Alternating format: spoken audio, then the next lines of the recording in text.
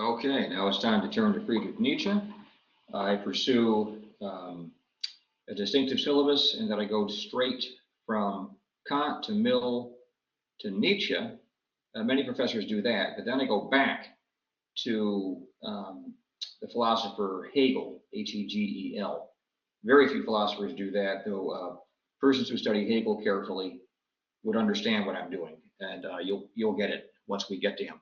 Today we're going to focus on our friend Nietzsche, and we'll try to understand how he fits into the big picture we've been looking at, and the alternative he offers, and we'll try to think through his position all the way to the end, okay, and evaluate it as best we can to see if it's a live alternative to those we have looked at so far. Now, to set up this discussion, we actually have to go back prior to Mill, whom I treat as a kind of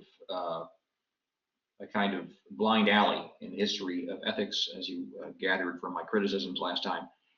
Back to Immanuel Kant, who is a live option, and many of you have been defending Kant in your journals and in the discussion board. And I have to say, I'm quite stimulated by your remarks and pleased. This group has defended Kant more energetically than any other ethics section that I've had. I had a couple of energetic defenders of Kant at CCRI, a live face-to-face class back in 2021. And other than that particular class, you folks are the most energetic defenders of Kant I've encountered. You just like the idea, apparently, that you should do the right thing because it's the right thing to do. Don't worry about the consequences, right? Or do your duty because it's your duty from the consciousness that it is your duty. Okay. So let's dive right in. Immanuel Kant denied that one can prove the truth of any metaphysical system, but specifically theistic supernaturalism, by arguments that rely upon a priori theoretical premises. Now, what's a priori? A priori means you can know it without having to adduce evidence. So you know that everything is identical to itself. You don't have to find any evidence to know that that's true. You know that 1 billion plus 1 billion is 2 billion. You don't actually have to count out 2 billion items to get to that truth. Okay. So a priori theoretical premises include that to be is to be a substance with attributes. That, what does that mean? And for example, to be a cup of coffee with a certain weight and a certain color on the surface of it with a certain chemical composition and so on. Or that all events and all states of affairs have a cause, right? Nothing just pops into being, it has to be brought into being, so long as we're talking about something in time. Another a priori theoretical premise would be that all possibilities are actualized in an infinite time. Kant might say, well, how do you know that, right? They are premises, right? These a priori premises that supposedly, the whole history of metaphysics tells us, may be known by immediate intellection, by an immediate intuition of thought, right? Without any appeal to evidence. So Kant, that we spent the first part of his professional life up to the age of 40 or so trying to do that kind of metaphysics, he then changed his mind about that in a very famous way, really history-changing way. So Kant argued that we are nonetheless bound by deductive inference to conclude that we are free, right? Because we're conscious of the moral law, and what you ought to do implies what you can do, that you have the power to do it. We should also recognize that we are bound to infer that the soul is immortal, he says. You know, you might be surprised by some of this, but this is all based on his moral premises, not on a priori theoretical premises. And then he argues that we have to acknowledge God exists. And some of you are surprised by that too, because you said, oh, I thought he rejects theistic supernaturalism. Well, what he rejects is the classical methodology of theistic supernaturalism, okay? And he ends up, once you follow him all the way to the end of his system, is with a new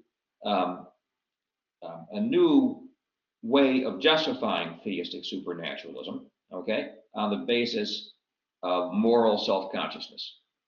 All right, so let's see how that goes. So of course, the basic premise for Kant is the consciousness that one ought to do one's moral duty for duty's sake. We've said that so many times. It's baked into your consciousness by now, and given how you people have been talking about this material, I think you'll have a hard time forgetting it. So Kant adds the premise. Let's see his reasoning now for, we have the argument for freedom. That was pretty evident. But let's see his reasoning for the immortality of the soul in God. So Kant adds the premise that moral self-consciousness appoints moral ends to the first place, not merely relative to the agent, the word merely should be in there, but also relative to the totality of existence, right? You recall the first sentence in the groundwork for the metaphysics of morals. Okay, and now you're seeing why this is a metaphysics of morals, right? Okay. The first sentence says at the end of existence, well, I don't have the sentence right here, but effectively the end of the existence itself is the goodwill. All right. That's by the way, that's a kind of bald and bold humanism that would have struck someone like St. Thomas Aquinas or St. Augustine or any of these scholastic philosophers or any major Jewish philosopher like Gersonides or Maimonides or any major Muslim philosopher like Avicenna or Averroes. It would have struck any of those fellows as a kind of blasphemy or kind of blasphemy and outright apostasy, right? It's just departing from the acknowledgement that the one true God is the end and all of existence. Kant says, no, it's the goodwill. Okay. So from this, the agent must infer that the totality of existence is organized for the sake of a goodwill. All right. So my italicized organized. Okay. So now he adds a third premise. For the good, you know what a premise is? That's a premise in an argument, right? That's one of the statements you take into account in order to get to the conclusion you're trying to show is true. Okay. So here's his third premise. For the goodwill to be made the end of all existence, its being such an end must be signified, and I put that in italics too, by its being awarded with an extra moral good. To be rewarded with an extra moral good, namely happiness. You get that? So it's not good enough for you simply to do your duty. All of existence has to be oriented around you and other rational agents doing their duty, and it has to be organized around that in a specific way that when you do your duty, sooner or later, well, let's put it this way, if you do your duty consistently over a lifetime, you will receive your due reward later, okay? That is not encountered in Aristotelian-Thomism, where you're doing your duty is itself an intrinsic reward, and it has a kind of natural if I can put it this way, a natural supernatural consequence, which involves your being elected into heaven. It's a bit more complicated than that because there's no amount of good deeds you could do for Aquinas that could merit your enjoying the eternal company of an infinite good, because the best you can do is a whole series of finite goods, so that's not going to get you into heaven. But you can receive the blessing of a being who's capable of an infinite good. And through baptism and affirmation of the creed, you do that, you receive that blessing, and then you affirm your allegiance to that being, Jesus Christ, right, who helped you. You affirm your allegiance by obeying him, and then you grow in merit, and then you go to heaven. It's a more complicated scheme. For Kant, it's much simpler, all right? For Kant, it's much simpler. You simply do a whole series of good deeds. Maybe you mess up once or twice, but on balance, you do a whole series of good deeds from your consciousness of duty, and you die having a good moral record, and then you deserve a reward. It's a very kind of straightforward, almost accountant's way of thinking about morality and rewards. So, of course, likewise, the morally wicked should be punished with unhappiness. Now, does Kant say eternal unhappiness and eternal happiness? He seems to say that, actually. And you have to wonder, well, why would you deserve eternal happiness if all you've done is a finite number of good deeds. I mean, maybe you deserve an all expenses paid vacation in the Caribbean, island hopping for 100 years. And then after that, you're paid. You've been paid off, you're done. On the basis of Kant's reasoning and his system, it doesn't seem that anyone can actually deserve basically unlimited beatitude. And Aquinas agrees. Aquinas would say no one deserves unlimited beatitude. It's a gift. Just accept the gift. It's being given to you for free. Just take it. But Kant seems to want to maintain that we can deserve that, and that's really hard to justify. So that would be a problem Kant would confront. Now you could be a modified Kantian and say, well, basically, if you're a good person and you die, what you merit is maybe 100 years of an all expenses paid vacation, or the equivalent of this, your favorite part of the globe, and that's what you get, and then your soul blinks out of existence, right? I mean, you can come up with some kind of alternative scheme. It might look a little eccentric, but one is free to construct a system one wants to construct in accordance with the logical arguments one puts together, and then you have to evaluate it, and that's that. So letter C here, the conjunction of goodness and happiness, not conjunctions. Seem to have a problem with basic typing today. The conjunction of goodness and happiness and wickedness and unhappiness do not obtain with sufficient regularity in this world, or so Kant maintains. Hence, there must be an afterlife in which these conjunctions are brought about, right? So I might put that in italics for him. See, that's where he gets this afterlife. This requires an immortal soul and a God who brings about these conjunctions, right? Of goodness and happiness. Now, happiness for him is basically having all of your desires satisfied, all of your good desires satisfied. And unhappiness is having your desires, whether good or bad, not satisfied, okay? So, of course, this God, as a matter of course, has to be omniscient, right? He has to see everything that you've done and that everyone has done, down to the minutest detail, in order to determine the rewards and punishments of justice. He has to be effectively omnipotent, right? He can exercise this power over souls that have departed from their bodies. And he's also omnibenevolent because he is concerned consistently and without any kind of a rupture in his concern or break in his concern, that good people get rewarded and bad people get punished. Basically, he's concerned with a goodwill being made the end of existence. And this is a rather peculiar looking God who basically subordinates himself and makes himself simply a servant of the human goodwill.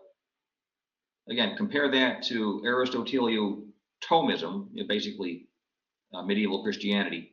And there, God is indeed, he does make himself the servant of human beings, but at the same time, he is the end of creation. He's both at once. And he's primarily the end of creation, right?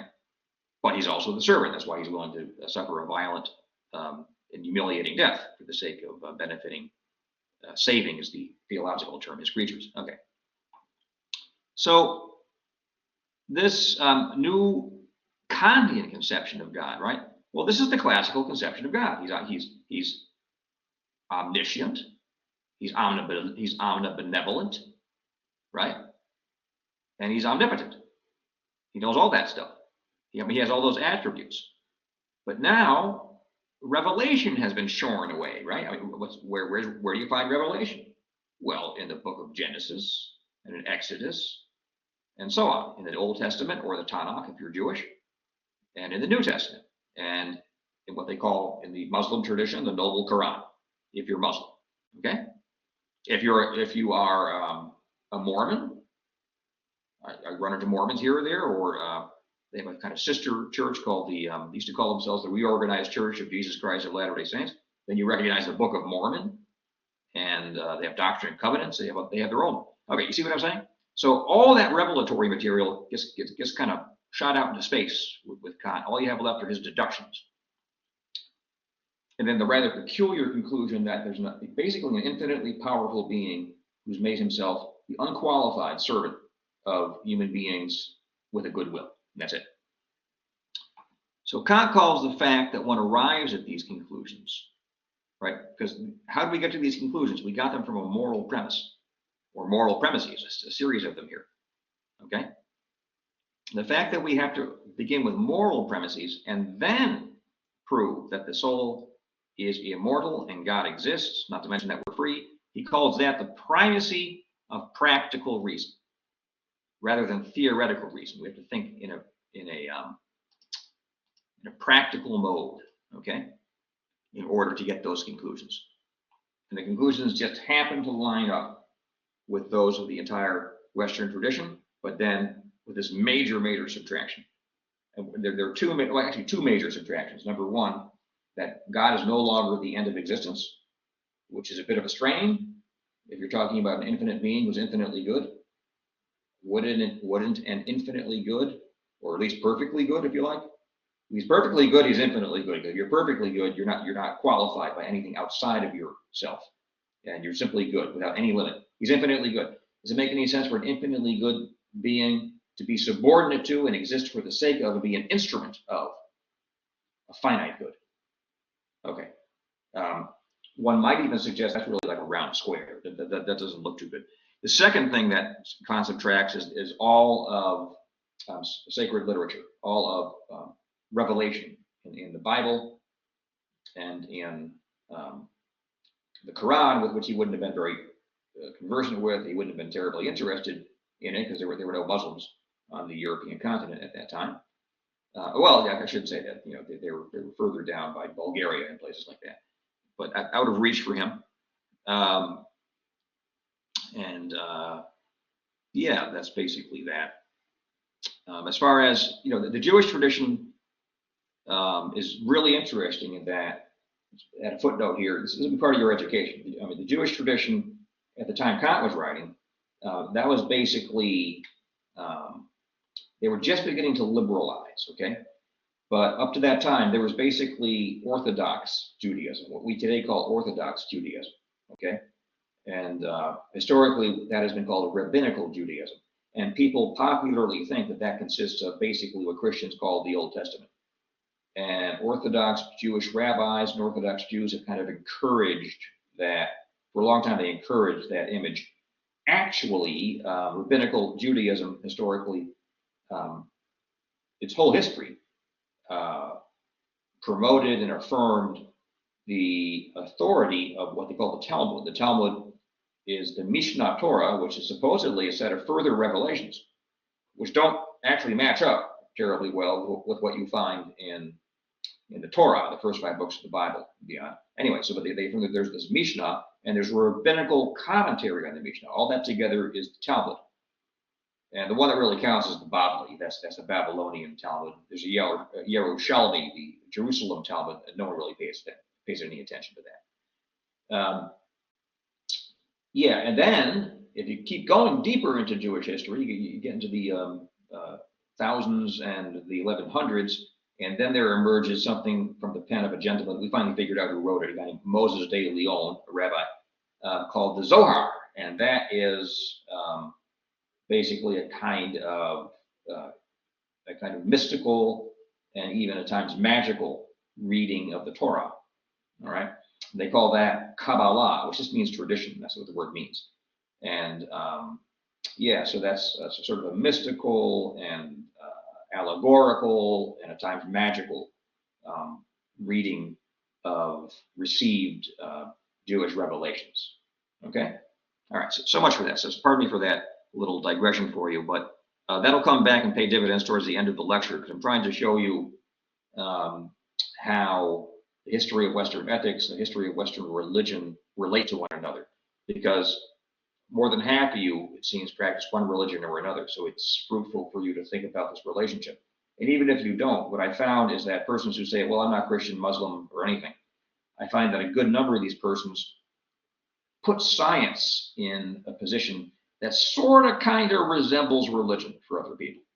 They put their trust in it. They trust scientists. They trust scientific methods. They trust what's published in scientific journals. They believe if it enters into a scientific textbook, they feel confident that it's basically true, so on and so forth. And so I would suggest there's a good number of people out there, I don't know about in this class, but there's a good number of people out there who basically belong to the Church of Scientism. Okay, and that's not a criticism. That's just an attempt at identifying and classifying a certain phenomenon. So I suggest that human beings are basically religious animals, homo religiosus, and you can't get out of it. It's a plantation you can't escape from. Okay, it's just we are homo religiosus. We want there to be some supreme being or set of beings. It could be the Homeric gods. It could be the Indian pantheon or the Egyptian. It could be the one true God of ancient Israel. It could be Jesus Christ, Yeshua. It can be Allah. It can be a bunch of scientists. Okay, Einstein, Heisenberg, and add whoever else you admire. And we seem to want and need that as a species. Okay, so let's see here. Just give me a second. So let's move on. We've already seen that Kant's skepticism about theoretical reason, about reasoning a priori from theoretical principles. In our 2 lectures ago, we saw that can be challenged, okay? I don't think his refutation of proofs for the existence of God works. I think his arguments are completely arbitrary, actually, but you know, you're welcome to and encouraged to try to shore up his arguments a bit and see if you can make it work. This is philosophy, guys. This is not David Shichyar, Dr. Shichyar, laying out his doctrine and saying, now you have to memorize what I've said and you have to agree with me. That's not how it works. Well, maybe it works that way in some philosophy seminars, but that's not how I teach my introductory courses, and even an upper level course, I wouldn't do it that way. Okay. A second difficulty is that Kant's supreme good, it turns out, is not simply having a good will. His supreme good is actually the conjunction, the joining of having a good will and being happy. So it turns out that in the final analysis, Kant has to bring in, look at this, eudaimonism through the back door. There it is, it's back. This setting up of happiness as a supreme end. Okay, at least happiness plus having a good will. So it turns out both being motivated by your consciousness of duty and you're being happy, those two things at once is your supreme end. Okay, so you have to read through hundreds of pages of Kant to get there. 4, for this and other reasons, Friedrich Nietzsche rejects Kant's philosophy while holding, okay, so now we're on to Nietzsche, while holding on to his own neo-Stoic philosophy of the primacy of the will. Remember, for the Stoic, you can exercise a kind of perfect self-control. Seemingly for Nietzsche, there's a kind of neo-Stoic element in there. It's complicated because ultimately he will deny the existence of free will, and he'll argue, it seems, that through your actions and choices, or what appears to be your actions and choices, nature is willing through you, right? You guys follow? There's something deeper going on in you, a play of forces, and those organize themselves and express themselves through your will, but that doesn't mean your will is free. That just means your will is a kind of aperture through which the forces of nature flow in order to manifest in the form of something determinate, that life that you're living right now. Okay. So Nietzsche also follows Kant in rejecting all theoretical proofs for the existence of God. Though, again, speaking in my own voice, you're not obligated to agree. One is hard pressed to discover Nietzsche's reasons for rejecting these proofs. Maybe I can say that that's textual fact. I've read a lot of Nietzsche. I can't find him actually criticizing any of these proofs anywhere. He just kind of dismisses them with a flick of the wrist. All right. So in any event, Nietzsche takes up the position of atheistic naturalism, which we have associated with Plato's character Thrasymachus way back at the beginning of the course, and with Thomas Hobbes, even though he's officially a theist. I think he's lying. With Thomas Hobbes, at least read esoterically as I read him. Again, you're not obligated to do that either, but I'm your professor, so I'm just going to tell you what I think is true. Nietzsche distinguishes himself in the history of philosophy by thinking through atheistic naturalism all the way to its bitter end. So that's why Nietzsche is particularly valuable. He takes this position of atheistic naturalism, by the way, which tends to be the basic metaphysics of those with the ethics and religion of scientism. Nietzsche thinks it all the way through to the end. So now we can follow his reasoning. If atheistic naturalism is true, premise number 1, then there is no eternity, and all is temporal. Well, that's true, because there is nothing outside of our universe. Our universe is temporal throughout, and so everything is temporal. Okay, fine. But now look at this. If all is temporal, then there are no fixed ideas or laws, because change is ruler.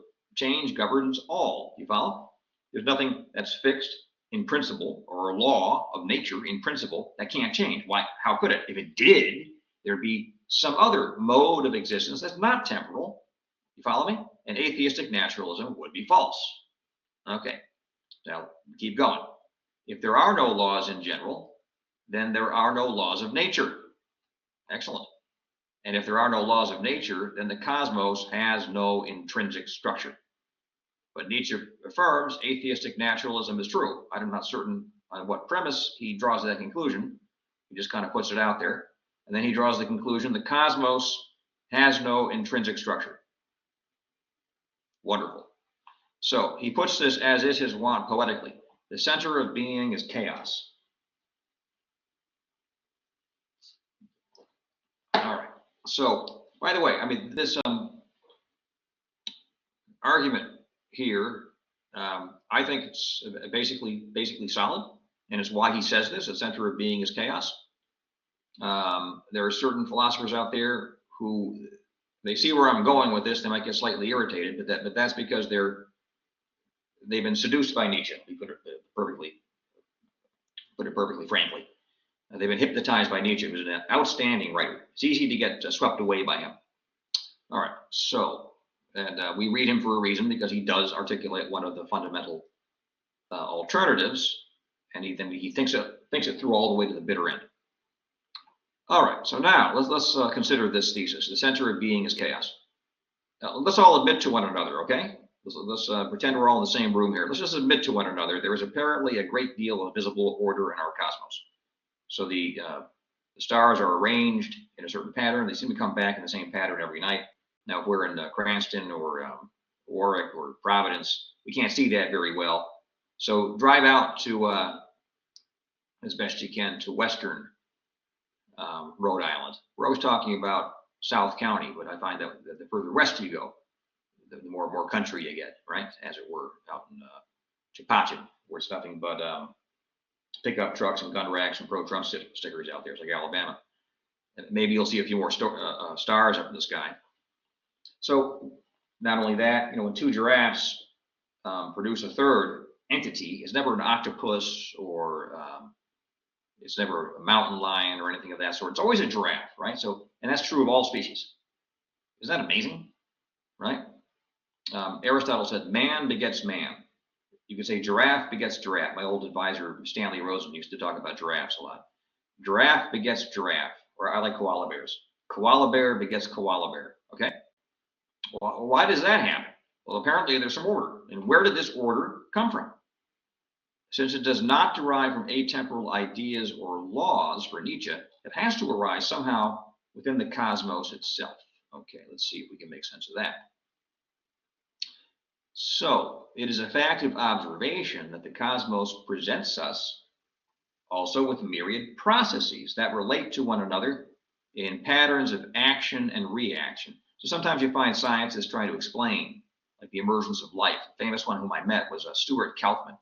You can look him up on YouTube if you like. He has all sorts of talks. Kauffman. There may be a second N in there. Stuart. Stuart. I wonder if he's still alive. He'd be old by now. Anyway, from this fact of there being myriad processes, we can deduce two principles, okay? So first, that which acts in nature, right, tends by nature to expand its sphere of activity unless checked by an equal or greater center of expansive activity, right? So things tend to kind of sweep out a path. Just think about an asteroid moving through space. It tends to sweep out a path, and if anything gets in its way, that asteroid does what it can, so to speak, to knock that darn thing out of the way and keep going, right? That is the rather primitive and basic expression of power, concentrated in the form of an asteroid. And then as things gather around a gravitational center, they tend to pull other things towards themselves, right? They bring things into their orbit and even absorb them into their own mass, and then we get planets. right? And stars and things of that sort. So things tend to draw things into themselves and expand. So nature is organized as a kind of system of expansion and domination. Is built that way. So the second thing we can observe is that when one center of expansive activity is affected by another, it exerts itself to resist the effort of the latter to dominate it. So we have two opposed tendencies in nature. We can just see this, even deduce it. One is an expansive activity. The second is a resistant or repulsive activity. Okay, because if you're trying to expand, if something's trying to expand into the area you have dominated already, you'll try to repel it. So the repulsive activity, that is a consequence of the expansive activity. So expansion is basic and repulsion is derivative. So from the center of being as chaos, Nietzsche derives this thesis, that being is will to power. Okay? Excellent. So that seems to make some sense on the basis of what he said so far. So to be, that means to exist, to be at all, is to be a center of activity that expands until checked by another center of activity. So Nietzsche will criticize Hobbes and other atheistic naturalists for having been inconsequent in their thinking. In a certain respect, he'd have to admire Hobbes because Hobbes is this hard-headed thinker, and Nietzsche likes hard-headed. Nietzsche thought of himself as a hard-headed thinker, so whenever he gets an opportunity to praise another hard-headed thinker, he does so. But being is not a process of mere self-preservation, as in Hobbes, but of expansion and domination. Further, for beings that are sentient, right, sense powers and feelings, and in our case, thought, the most powerful among them always sacrifices comfort and pleasure for the sake of expansion and domination. Think about that. Caesar. Now, did Julius Caesar lead a comfortable life out there in the field continuously all that time? I mean, I wasn't there, and I have worked hard in my day, and I have to say that the harder I worked, the better I felt. But I'm going to imagine that persons who devoted their lives to conquest and danger, they could lead more comfortable lives, okay? And particularly if they're wealthy, he could have lived out his life on his estate with his concubines or something of that sort, right? Instead, he chose danger. Napoleon Bonaparte, any of these great captains and kings, pious Louis IX, we'll get to him later. Not exactly a great conqueror, but persons who choose live in accordance with will to power. They're not aiming at pleasure, guys. You can provide yourself Alexander the Great. Okay, you can provide yourself Genghis Khan, Attila the Hun. You can provide yourself hundreds of examples, if not thousands. You get deeper into history, you get thousands of examples. So one difficulty with this theory is that by rejecting all fixed structures and laws, Nietzsche also rejects the principle of contradiction. Okay, this is where the rubber meets the road with Herr Professor Nietzsche. Okay, he was a professor of philology at the University of Basel, and a philological genius. He had a genius for language and many other things. So what's the principle of contradiction? Well, let's say it this way. He rejects the principle according to which a fact cannot coexist with its negation, right? So if something is a bear, it's not the case that it is not a bear at all, right? Okay? I mean, you could describe it as something of a certain mass, and insofar as it's something of a certain mass, you're thinking of it as something of a certain mass and not as a bear. But the absolute negation would be to say it's not a bear at all, okay? But if it's a bear, it's a bear. Okay, so this is sort of basic to common sense. So if he rejects this principle that something can both be a bear and not be a bear at all, right? He's in hot water. Now you have to take this rejection of the principle of contradiction, and you have to apply it to his own thesis that being is will to power, right? So this means that being is will to power is compatible with being is not will to power. Terrific. And that is strictly unthinkable. Now you can, for obvious reasons, and now you can try to get around this and say, well, okay, maybe being is will to power, and the first act of will to power is to will a consistent cosmos, or at least an approximation thereunto. Okay, that's fine. You can try that. but that means that prior to its willing a consistent cosmos, it is will to power, and insofar as it exists prior to the act of willing, it is not will to power, because the principle of contradiction does not obtain. You can say, no, no, no, will to power is the act of willing, right? Now, we're not talking about a faculty of the soul now. We're talking about a natural process of expansion. Will to power is the activity of willing its own expansion consistently. Okay.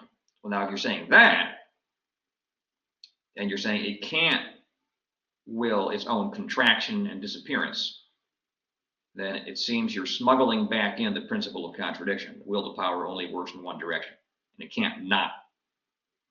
Pardon me, it can't work in the opposite direction, and it can't not work in the expansive direction. If that's what you're maintaining, then you're basically saying that will to power and non-contradiction are coordinate at the root of things. And if that's the case, you're saying that there's a law or a structure, probably better word, a structure built into nature, which is invariant and not subject to the corruptive influence of time. And if you're saying that, then naturalism, it seems to be false. You seem to be affirming at least an atheistic supernaturalism. Why do I say that? Because you're saying there's something it's outside of the corruptive influence of nature. Okay, it's supernatural in a certain technical sense, and it's not God. It's the principle of contradiction.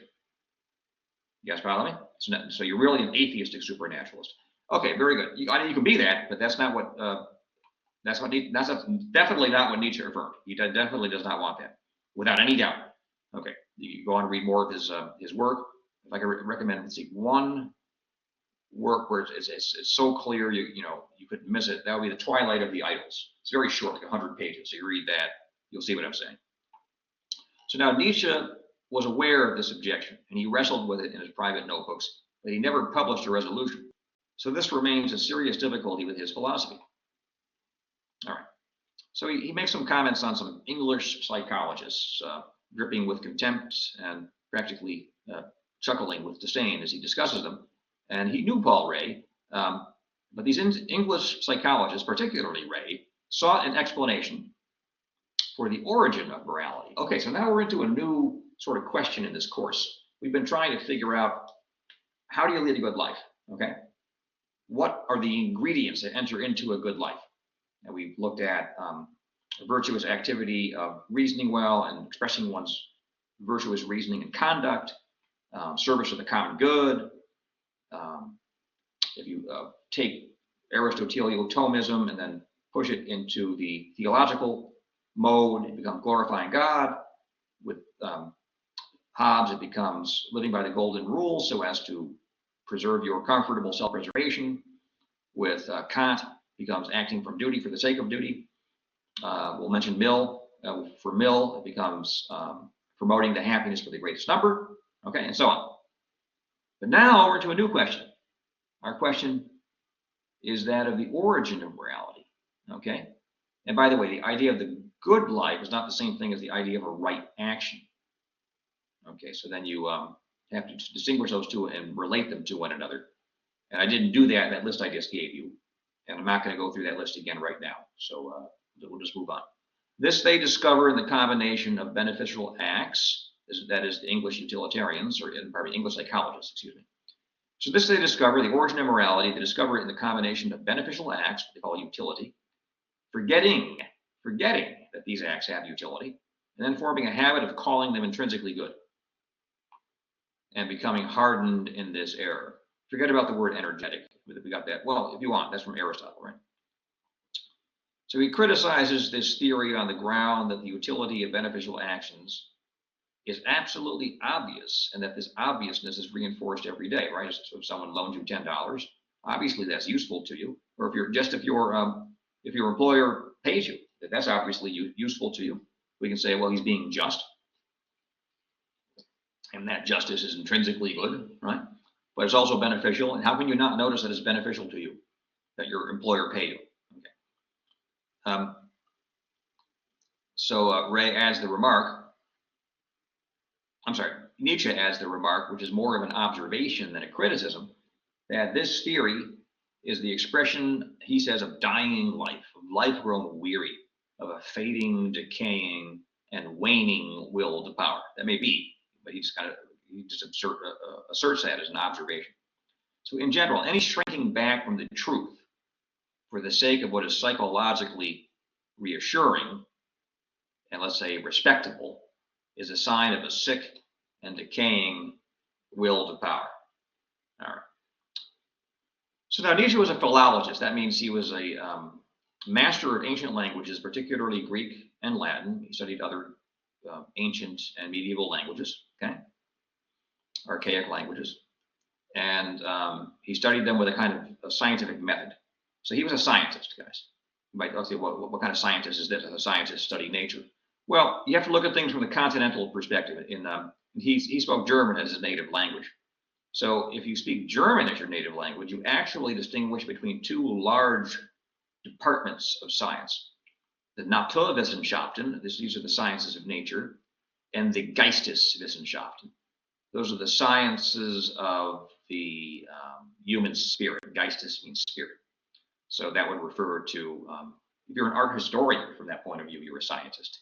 If you are a student of ancient languages or any language, you're a scientist from that point of view. A serious student of literature, you're a scientist from that point of view. You guys follow me? So keep that in mind. He was a philologist. So it should come as no surprise he takes language as his key to discovering the true origin of morality. Another sort of biographical note about Nietzsche. So he was a huge fan of the opera. Okay, and he found that a huge fan of music, and he found that music activated something in him which revealed what is really true about a human being. Okay, the passions are more fundamental than what we call reason, and the passions in some way govern. He found that the passions are somehow a kind of expression of the basic will to power, which governs all things, right? So if you combine his being a student of languages, a scientific student of languages, and his love of music and his adherence to the thesis that the passions are what really count as expressions of will to power, then you get a kind of picture of the way his mind worked, all right? Sometimes those little brief biological sketches can say one or two things. Like if he heard me right now, he'd probably be irritated at me or accuse me of being sick and dying life or something of that sort. But I can take it, and I think what I've said is true. And if I develop those ideas more thoroughly, maybe over an article or a book length treatment, I could make that quite illuminating, I'm certain. Anyway, so he takes language as his key. So let's consider two of his examples. First, he takes the German word schlecht, which means bad. Now, originally, that referred to a commoner. That's you and me, guys. You know, right? We're not royals, not blue bloods, right? That used to refer to a commoner as opposed to an aristocrat. Terrific. Now, second, he considers the Greek term, he jumps languages here, esthelos. He translates this as the one who is. Almost sounds like God, right? The true. And in the Catholic Church, they do call God truth. Ave Verum. Hail truth, right? So let's see here. Put that. I just can't stand it when things are out of line. But this was the word, or a word at least, the Greek nobility used to refer to themselves, the esthelos. So now we're getting a key into the history of morality. It has something to do with different classes of persons. So the origin of moral discourse has to do with how human beings have described different groupings within a society, the aristocrats versus the peasants, if you like. Okay. All right. So he knows, and these are sound observations. I don't think anybody really disputes what he's saying here. And again, these red lines drive me crazy. There we go. So he notes that moral linguistic history actually delivers two basic distinctions. Okay. He sees this in language after language. And the two basic distinctions today often get run together, but these are two distinct oppositions, all right? So first, there's the difference between good and bad. We just talked about that, all right? So the good are the aristocrats, the bad are the peasants.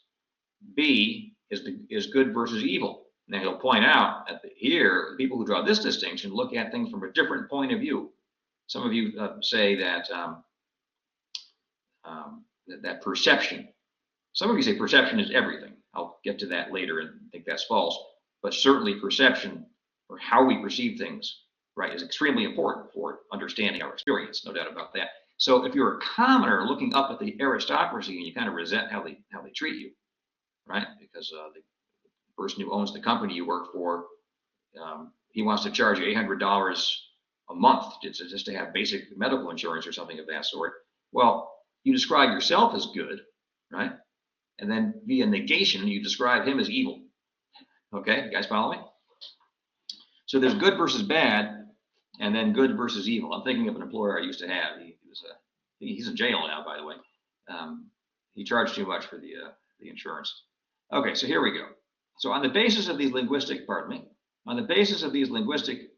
considerations and his background physics of will to power, which he doesn't mention for you in Genealogy of Morals, I brought that out so you see what's going on. Nietzsche arrives at the following explanation of the origin of morality. So the distinction between good and bad owes its origin to those humans who exhibit a healthy will to power, right? Those who experience goodness spontaneously as their own outpouring of life. Sort of basically healthy specimens who just are active and they think of a goal and they just go out there and start pursuing it. He calls these the active type. They define good first and bad by way of negation. Okay, so you can think of people from your background, your circle, your neighborhood, just the active persons who just think about, maybe a business model and they draw it up and they just go out and do it. And if they meet obstacles, they work through the obstacle to overcome them, or they draw up a plan. So, okay, I just have to work for a year, look at my mom, put some money in the bank, and then I'll do it. And they do it. Okay, and then before you know it, there's someone who owns 5 tractors, and he has a trucking business or something of that sort. Okay. B, there's the distinction between good and evil.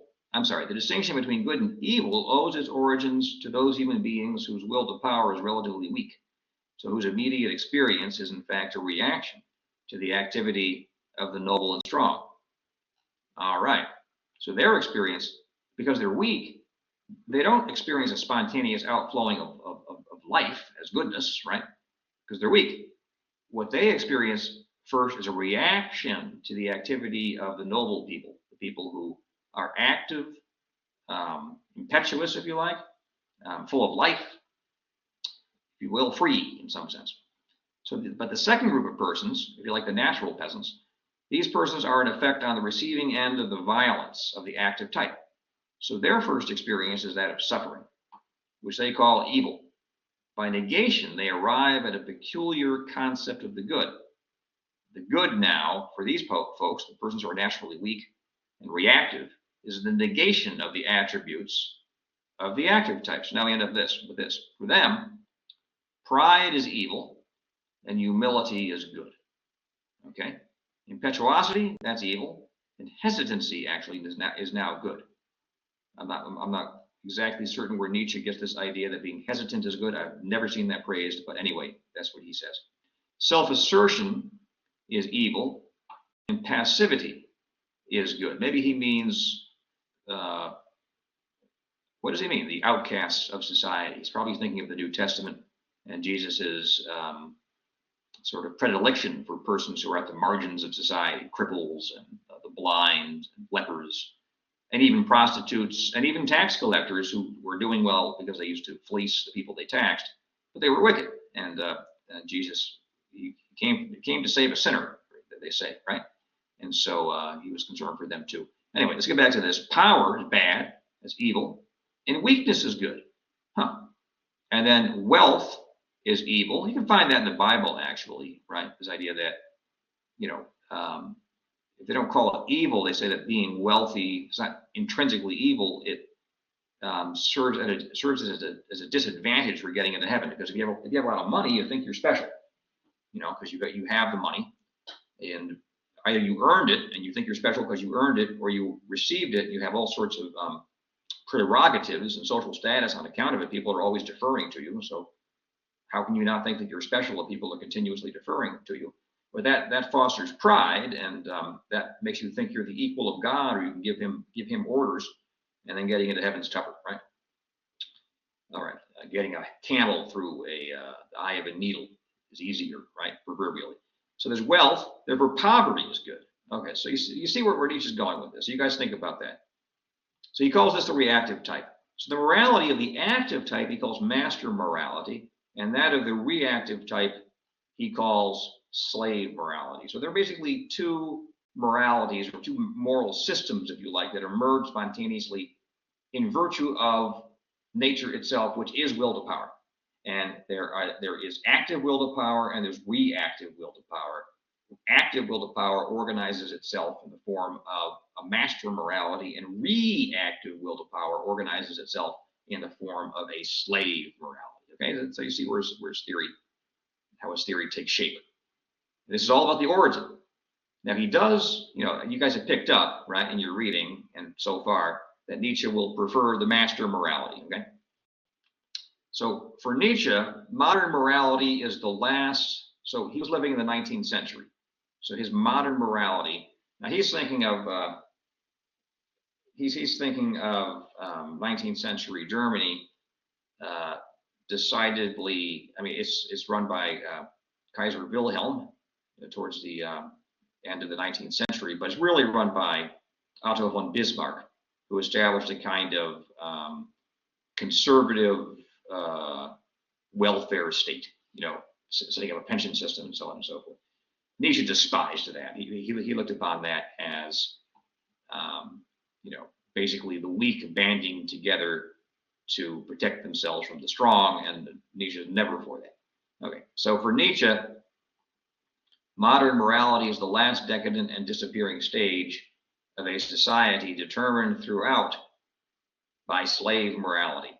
And he'll link that to Christianity. We'll get to that.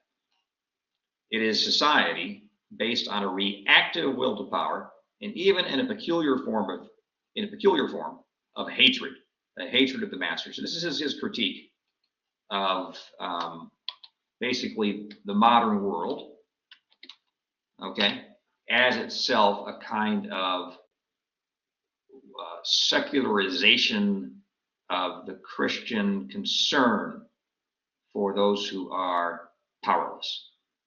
All right, so it's been part of our tradition to hold that a concern for people who are powerless and weak is a good thing, right? So we want to protect them.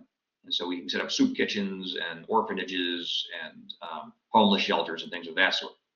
And even atheists in our society, who tend to be on the left, though there are right-wing atheists too, even atheists in our society have a concern for protecting the marginalized. This is basically, they got this from Christianity, guys. So they're concerned with protecting homosexuals and the transgender and so on and so forth, right? And races that have been trod upon, and sometimes people get kind of upset when you put all those people in the same category, right? Says, well, okay, I'm not going to get into too much controversy here. You see what I'm saying, okay? So Nietzsche criticizes all this concern with persons who are either weak or have been victims of injustice or trod upon, and so on and so forth, okay? He's not a big fan of that. So, and don't pin this stuff on me. I'm just telling you what Nietzsche says. So this hatred of masters was first expressed in a particularly cunning way, let's go back to antiquity now, by the priests, those among the passive type, who contrive indirect control of the masters by affirming an expertise in all matters of purity, holiness, and prophecy. So the priestly, they're natural priests, and they belong to the reactive type, but they do have a will to power, and they're very cunning. So you can look into the category of the reactive type. You can divide that into two. They're the reactive type who just don't have the wherewithal in order to figure out through some cunning indirect way of overcoming the masters. But then there's this other subspecies of the reactive, and they work it out. You follow me? They figure it out. They figure out how to get the upper hand on the masters, to set themselves over the masters, and they come up with their own marketing campaign, right? And they sell the masters on the ideals of purity and holiness, and then they, by chance, make a couple of true prophecies, and the masters believe it. The masters see that the prophecies turned out to be true, and they think to themselves, we'd better we better listen to these people. Okay. All right. So now in Nietzsche's vocabulary, the Jews, I prefer to call the people they call Jews in Exodus, those aren't Jews because they're not from Judea yet. Those are Israelites, okay? But the Jews are really the Israelites. As a matter of fact, I'll just change it. I'm not going to go along with inaccuracy. So the Israelites, the nation of priests, they were from Egypt at that point, guys, right? Okay. The nation of priests, look at Exodus 19:6. They brought priestly cunning and hatred of the masters to its perfection, and thus introduced slave morality into the very heart of Western civilization. They began to. At this point, they were a weak, marginal historical phenomenon, right? But this is the beginning of their introducing slave morality into the very heart of Western civilization. By the way, Nietzsche has very often been accused of being an anti-Semite. I don't know if he's strictly an anti-Semite. There may be strains of anti-Semitism. I don't even like that word because it literally means you're being against everyone who speaks a Semitic language, like all Arabs and all Jews and so on, or that you hate all Semitic languages or against all Semitic languages. I mean, so it's kind of an inaccurate term, but it's the one that we have, so I'll just kind of go with it. Just note that it's not accurate. People accuse Nietzsche of being anti-Jewish, right? And his attitude towards the Jews is actually very, very complicated. And you have to look through his corpus and look at all the various things he says about Jews. That itself would be a research project of sorts. But there is a negative evaluation. But he seems to have a negative evaluation to everything except for people like Genghis Khan. Let's just move on. So note that the very question concerning the origin of moral consciousness presupposes skepticism concerning the fixed reality of moral obligations. I'm shifting gears here. So why be concerned about the origin of moral consciousness? Well, typically people who are concerned with the origin of moral consciousness don't believe that there is a transcendent morality, which is anything on all of us. So they want to figure out where it came from. They tend to be atheistic naturalists. Get that, okay? They're not theistic naturalists like the Stoics. For the Stoics, there is a very definite morality, and it's been fixed by the God. All right. For atheistic naturalists, we're basically higher primates. It's more clever than the other primates. And the question then is, well, how did our ability to distinguish and our practice of distinguishing right from wrong and noble from base and just from unjust, how did that enter into human history? Okay, that's what they're concerned with. So anyway, if there are fixed and timeless moral obligations, then there is what philosophers call moral objectivity. That is, moral rules are really binding on you. Okay, and if you disobey one, that becomes a fact of your biography and is to your discredit, and that discredit is an objective reality. Okay, if there are fixed and timeless moral obligations, but if fixed moral obligations are merely apparent, if they don't really exist, then we can infer that moral objectivity does not exist. Now, some persons might try to push back against that, but that's one natural inference to draw. So one substitute for moral objectivity has been relativism. So relativism is almost a kind of watered down moral objectivity, or an attempt at acknowledging atheistic naturalism as true, and then trying to nonetheless squeeze something resembling a moral obligation or set of obligations out of it. So let's talk about it. So moral relativism can be either subjective or cultural. So subjective relativism states that what is right is a function of what you believe to be right, and likewise with wrong. Cultural relativism teaches that what is right and wrong is determined by a culture. Now that could be by the elite in that culture or by the majority in that culture. Okay. So the problem with relativism of whatever sort is that it involves contradictions.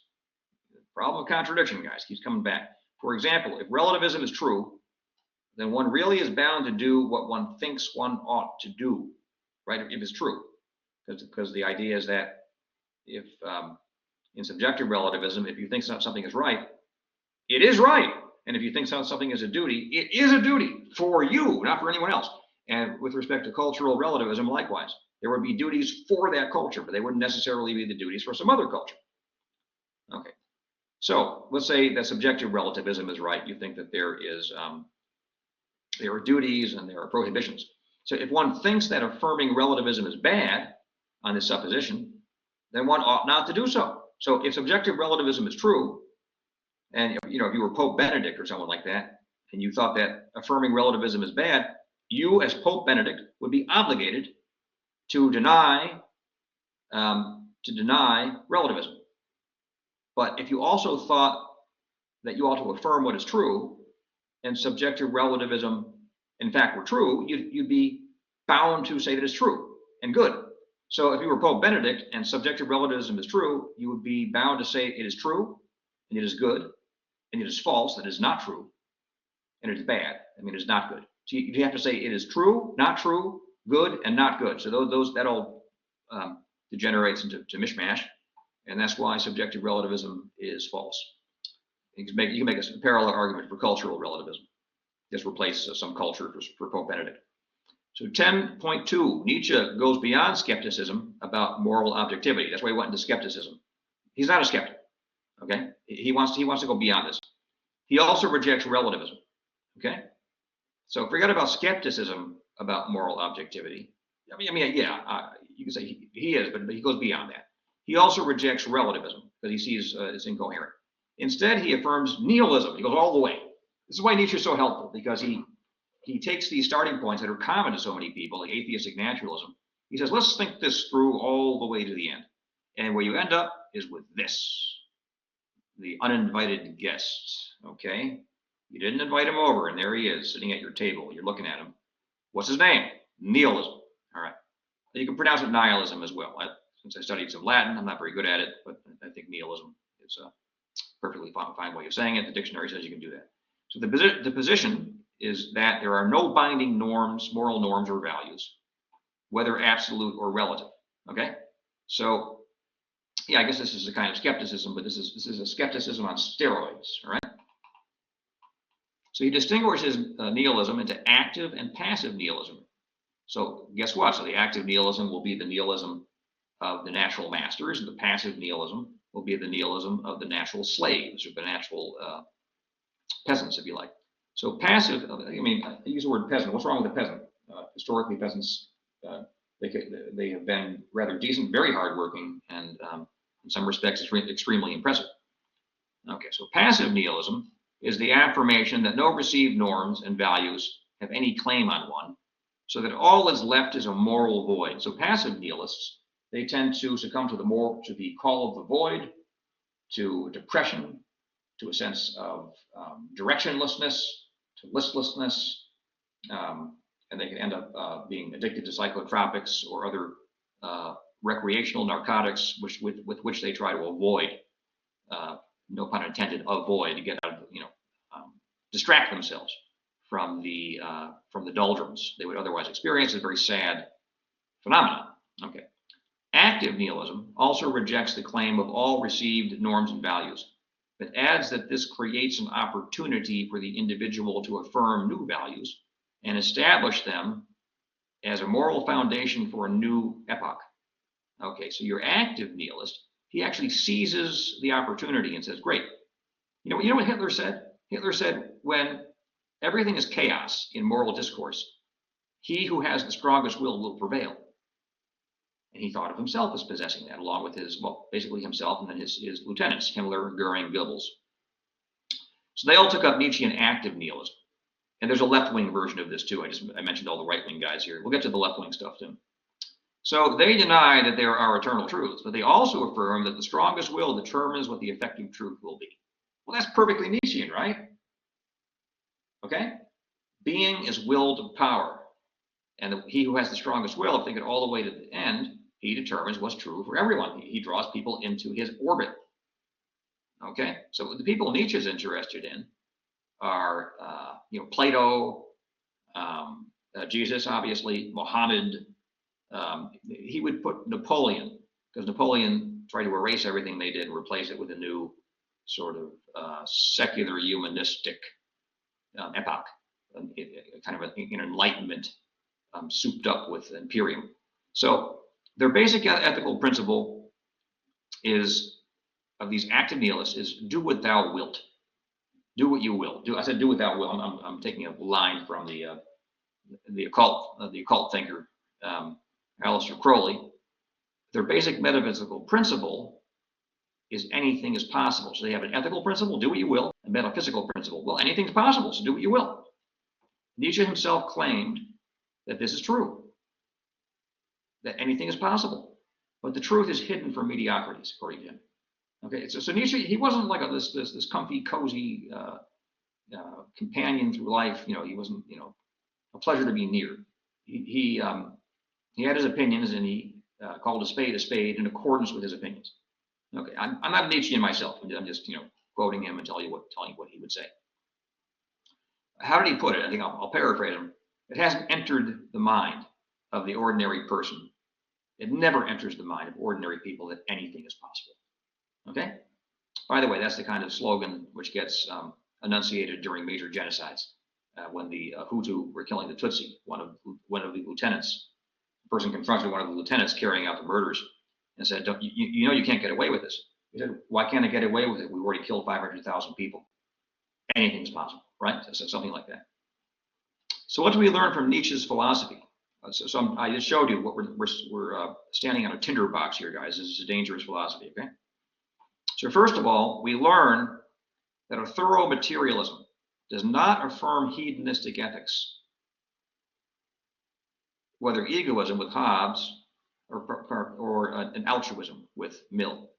The natural tendency of the will is not towards pleasure but power. More fully, it is towards the power of the will for the sake of the will. Power of the will for the sake of the will.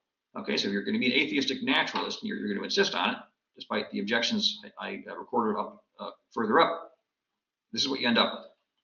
Otherwise put, the aim and end of the individual for Nietzsche is the self, as affirmed above all other beings. So this reverses the prioritization of theistic supernaturalism, for which it is objectively necessary to surrender the self to God, one's own will, to the divine will.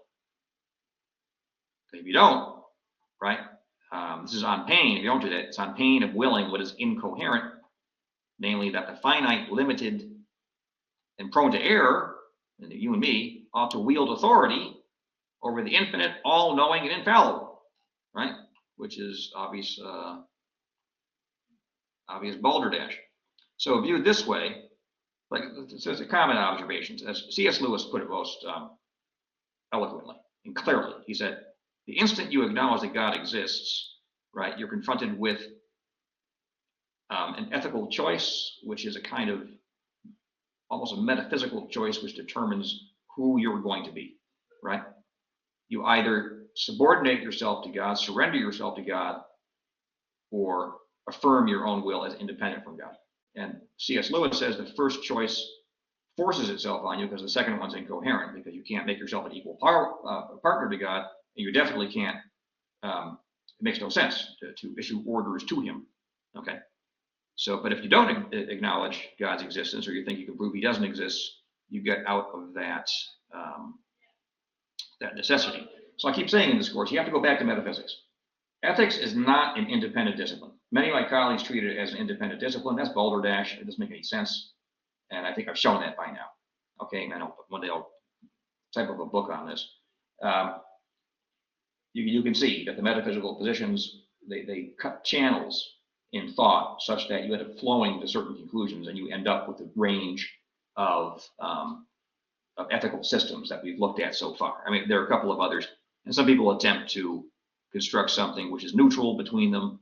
I don't think that works either, but basically they just sidestep the metaphysical questions. That's not going to work either. I can't explain all that right now because I can't say everything at once, and I can't teach you everything. I only have 14 weeks, and we have to make choices. Okay, so here we go.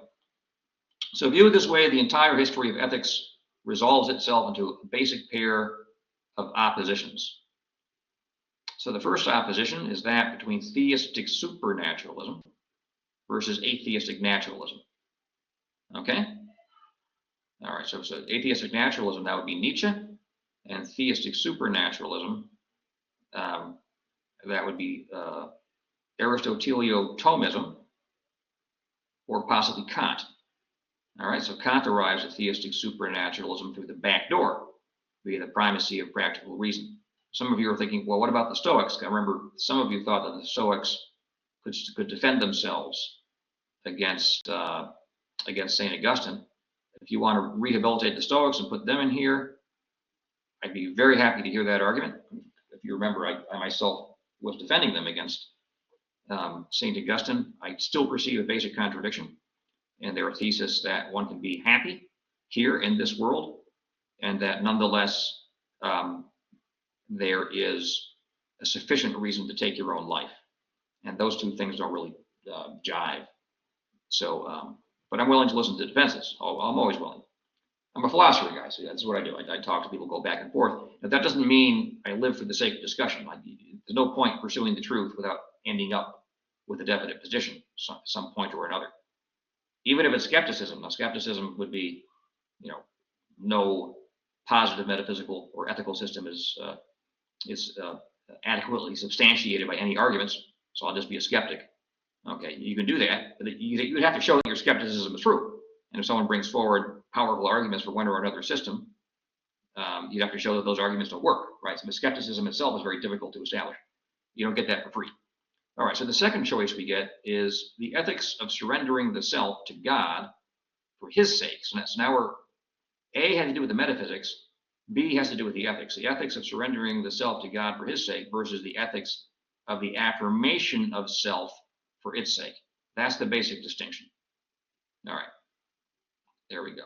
Now, some persons in the discussion boards and journals have suggested that, if you even mention God, that you have to be bringing in revelation in the Bible. Again, I can't repeat this enough. That's not true. It's just not true. We're in a philosophy class now, guys. This is not a theology class. It's not Sunday school.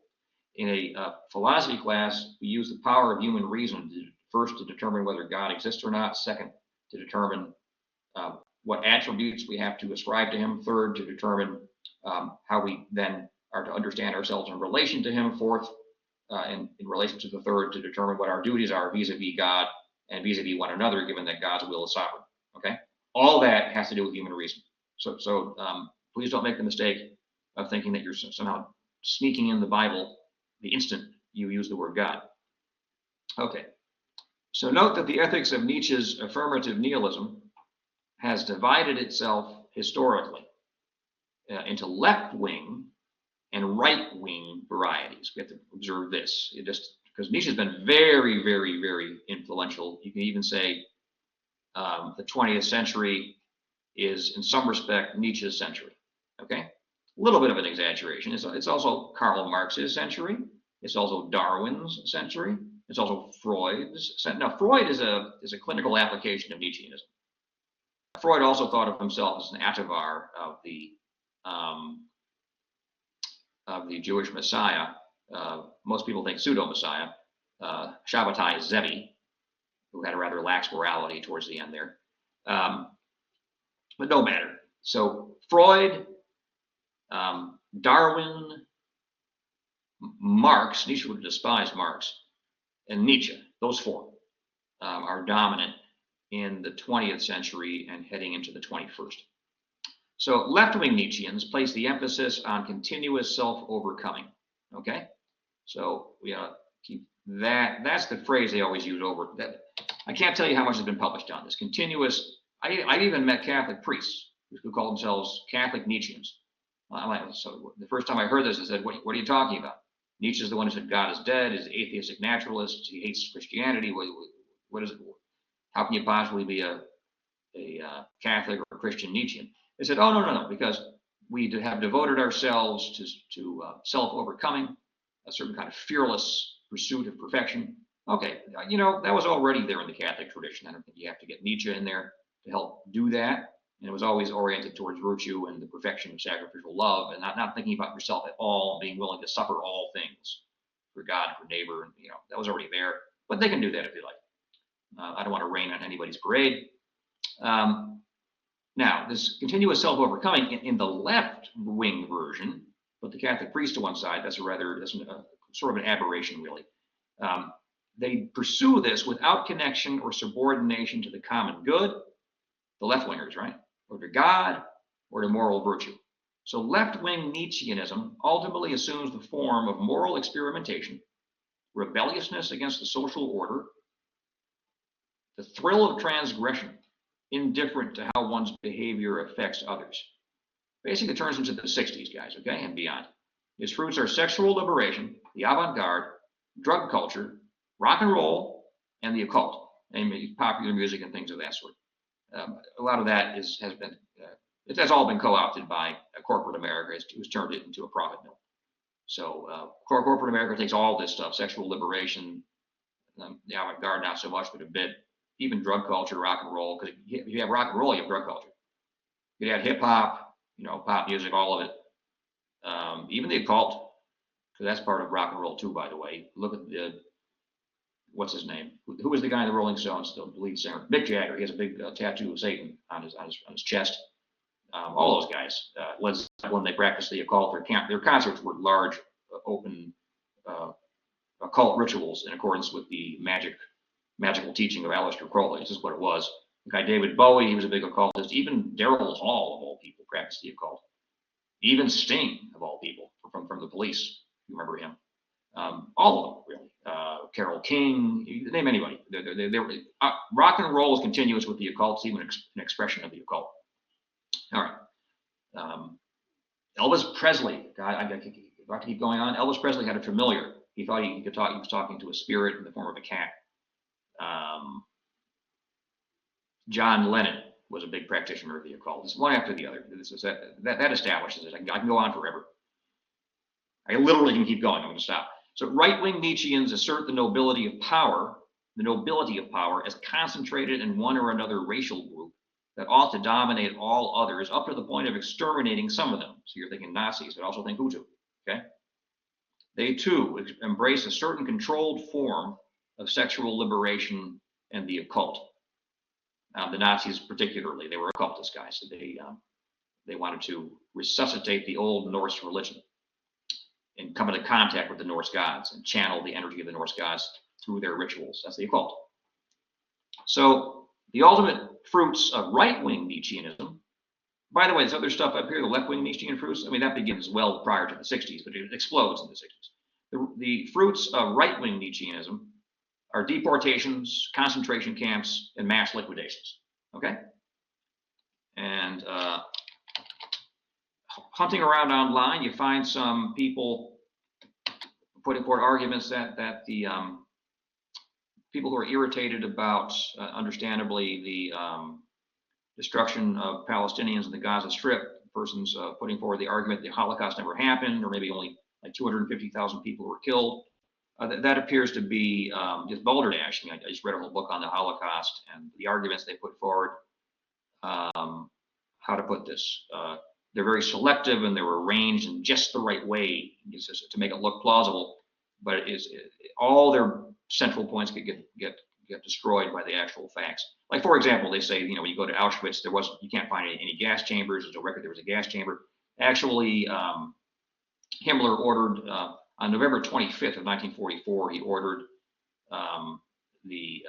every camp to blow up their gas chambers. Okay, that's what happened there. The other argument is all the gas chambers appear magically in Poland, where the Soviet Union, which the Soviet Union took over, and so in fact, this report there were gas chambers there is just Soviet anti-Nazi propaganda.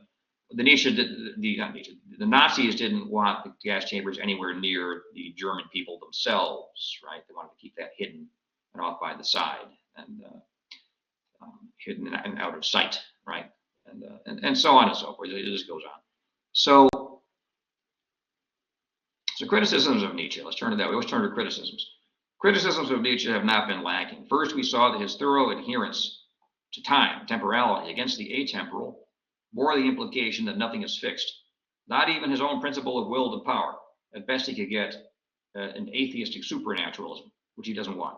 This removes the foundation of his whole system. Now, if you want to become an atheistic supernaturalist and defend that, work that out, I guess that's a logical alternative, but I think that'll be tough also. I mean, where'd that principle of contradiction come from? It's just there, kind of floating out there in the supernatural realm. You have to give an account of those abstract structures which are in the realm that transcends nature. And I think sooner or later, I'm not going to do that now for you. You think that through, you end up with God. Okay. So second, he offers us the unintended benefit of showing that atheistic naturalism is necessarily incoherent, so I argue, okay? Third, if the philosophy of the will to power is false, then his distinction between active and passive psychological types, however illuminating, cannot be exhaustive. Therefore, we should reconsider the classical theory of the temperaments. That third point is pretty important. So his own division doesn't seem to be, it can't be correct because his basic quasi-metaphysics is false. And so I would say we have to look at the classic theory of the temperaments that accounts more fully for these different psychological types. And here is a YouTube video where he talks about that. Now, it looks like I'm over time now. So if you want to stop, you can stop, okay? But this next little bit here is extremely important. So I hope you'll stick with me, okay? I'll just give this to you as a bonus. Fourth, we have already seen that both left-wing and right-wing Nietzscheanism are destructive of life. Okay, so either through producing a population of persons who are drugged out and promiscuous and antisocial, or through literally liquidating millions of people. Fifth, Max Scheler offers perhaps the most searching and penetrating critique of Nietzsche.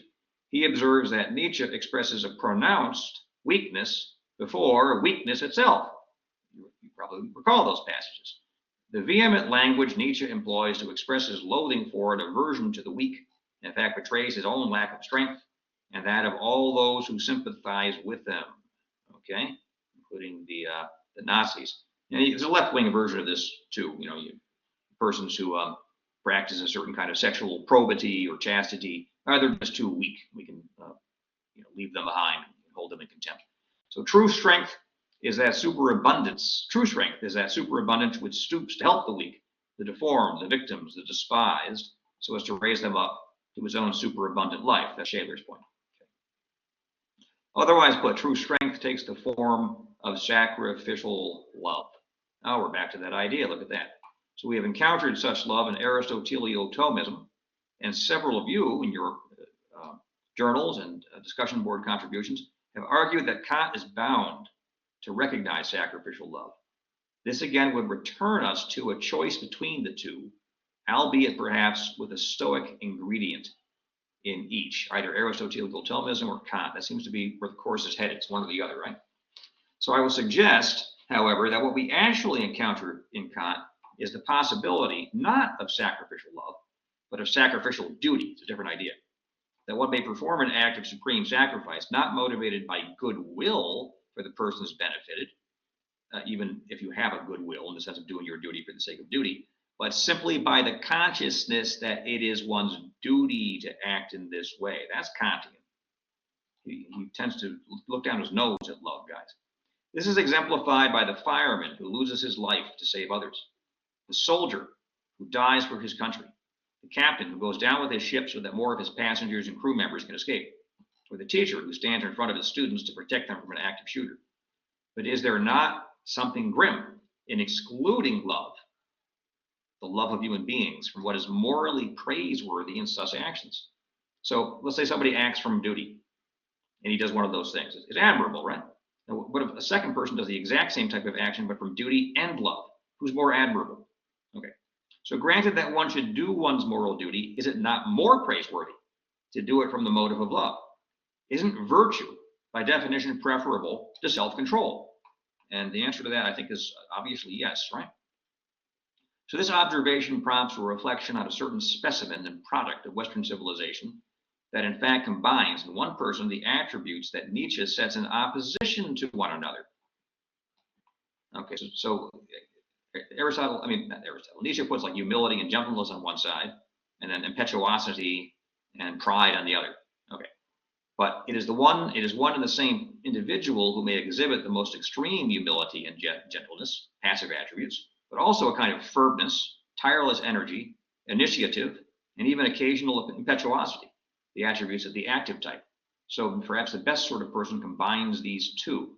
And we didn't get into those chapters in Plato's Republic, but he describes that even there in pagan antiquity.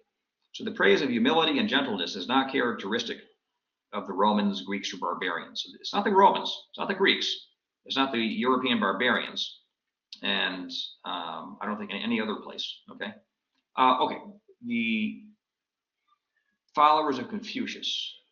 Okay, we can't build everything in this course, but you might say the followers of Confucius would also at least praise a certain gentleness and a certain humility. Okay, but within the Western tradition, not the Romans, not the Greeks, not the barbarians, we inherit the praise of humility and gentleness from the ancient Israelites and from Christianity. So the unification of humility and firmness and energy, humility and firmness and energy is perhaps best known to us from literature. Right? It's easier to see this because you can read an entire novel about somebody who depicts these or exemplifies these virtues and get into how the author thinks about how these things are unified. So no figure in the English language literature is gentler or more humble than Cordelia from King Lear, if you don't know. Okay, and yet she dies exercising the role of warrior queen, right? The figure of Ivanhoe is the model of gentleness, self-sacrifice, and tireless energy. In a word, opposite qualities are fused in him in the ideal of chivalry. Okay, so as soon as I say chivalry, you're saying, okay, so you're talking about a fantasy, some kind of ideal that's never been realized in any person. There are a bunch of guys running around in armor, and they just did that in order to slug people and take their stuff and whatnot. Well, no, I mean, it's a little bit cynical. Some of them did that, but there was definitely a culture of chivalry. I mean, that's just an historical fact. And there was at least the active project of blending all of these qualities in one person. Okay, looking to the real world, let's look at the first generation of Jesuits, because in medieval Europe, heading into the Renaissance, Jesuits are Renaissance figures. That's basically Catholic Europe at that point, right? So these Jesuits exhibited, you got to read about these guys, a nearly superhuman capacity to combine sacrifice and mercy with a seemingly boundless energy for missionary work. I mean, read about the life of Saint Francis Xavier or Father Vieira. I don't think they've sainted him, but look, this is the fellow who more or less converted Brazil. I have no idea how they did it. I doubt that I could do that. I mean, building churches, orphanages, and publishing 80 volumes of theology. I don't know how a person does that. Okay, so a long list of laity exemplify the combination of love, joy, peace with energy, fortitude, and audacity. One need merely mention Pius Louis IX, King Philip II, Blessed Emperor Karl. Okay, and for all these persons I mentioned, there will be detractors, like Protestant Christians hate the Jesuits, and there probably were a few corrupt Jesuits in there, maybe a few corrupt ones right now. And some people will attack these figures. So I'm not going to be able to put forward any figure who's beyond controversy. Maybe, I mean, even if I say Mother Teresa, you say, oh, that's someone who got propped up because the Catholic Church is interested in forcing, their saints on us. I mean, someone could say that. Martin Luther King. Someone will say, oh, he plagiarized his dissertation. That's true, right? So you can attack anyone. Gandhi. Gandhi, he was took the one quip is it took the incomes of two Maharishis in India to sustain him in poverty. And he slept in a bed, filled with beautiful women. And that was part of his spiritual exercise. He would surround himself with these beautiful young women, and supposedly not touch any of them, right? So that was supposed to make him more perfect. Anyway, so otherwise put, there was a higher plane of moral perfection that Nietzsche seems to have been either oblivious to, even actively hostile to, because he would say here that we're forcing opposites together that don't blend. Well, that's really an open question, guys. Historically, they seem to have blended. So this reality that I refer to here corresponds not with energetic egotism, but with the fullest and most vital realization of sacrificial love. More contemporary cases. How about Frederick Douglass? Okay, this is a tireless person. In my opinion, the best stylist in American letters. For me, he's the best wielder of the English tongue, and that's saying something because we've had some pretty good people. Herman Melville, certainly. Maybe Melville's his equal, but I'll take Douglas for he's more consistent. And at some point, Henry James. I'll still take Douglas. So, or how about someone like Doris Day? Some of you are saying, well, how about a woman? Okay. Well, how about Mother Teresa? How about her? There's a tireless and energetic sacrificial love. So I just where I stand, it just seems that Nietzsche is not really in contact, adequately in contact with reality, and no surprise, his basic metaphysics, you can call it that, or basic cosmology, is incoherent. All right, so we may reformulate the basic opposition to Western ethics in the form of a sequence of choices to be laid before each individual. A, to affirm the existence of God or to deny it. Okay, you either affirm or deny it, and please do so on the basis of rational arguments. Or if you have a direct relationship with God and you know that he exists because you have that relationship, then you don't have to learn the arguments because you have that relationship. Other persons would say, how do you know you have it? I guess we have a certainty, you have a certainty, and that's the end of it. It might help to learn them anyway, learn proofs for the existence of God anyway, so you can just talk about it with people. B, here's one option: to surrender. How do I end up with surrendering? To surrender one's will to God for his sake versus to assert one's own will for the sake of the self. Okay? C is actually a third option here. That's to realize ever more perfectly the life of sacrificial love. I'm sorry. There's a third opposition which corresponds to the first two. C, to realize ever more perfectly the life of sacrificial love versus to realize ever more fully the self and its power over others. Now we can put the Kantian alternative here, to realize ever more perfectly the life of duty up to the point of sacrificial duty versus to realize ever more fully the self and its power over others. The difficulty with Kant is that he wants to acknowledge that there's an infinite God. And this God we saw has to be infinite, while not surrendering one's will to God, being, as it were, morally self-reliant, okay, and making God effectively one's slave. And that's a contradiction. I mean, I'll just say in my own words that that's a contradiction. You want to save Kant, you're welcome to try. So now, these three choices one has to make, okay? These produce three kinds of life. So the first life is to affirm God's existence.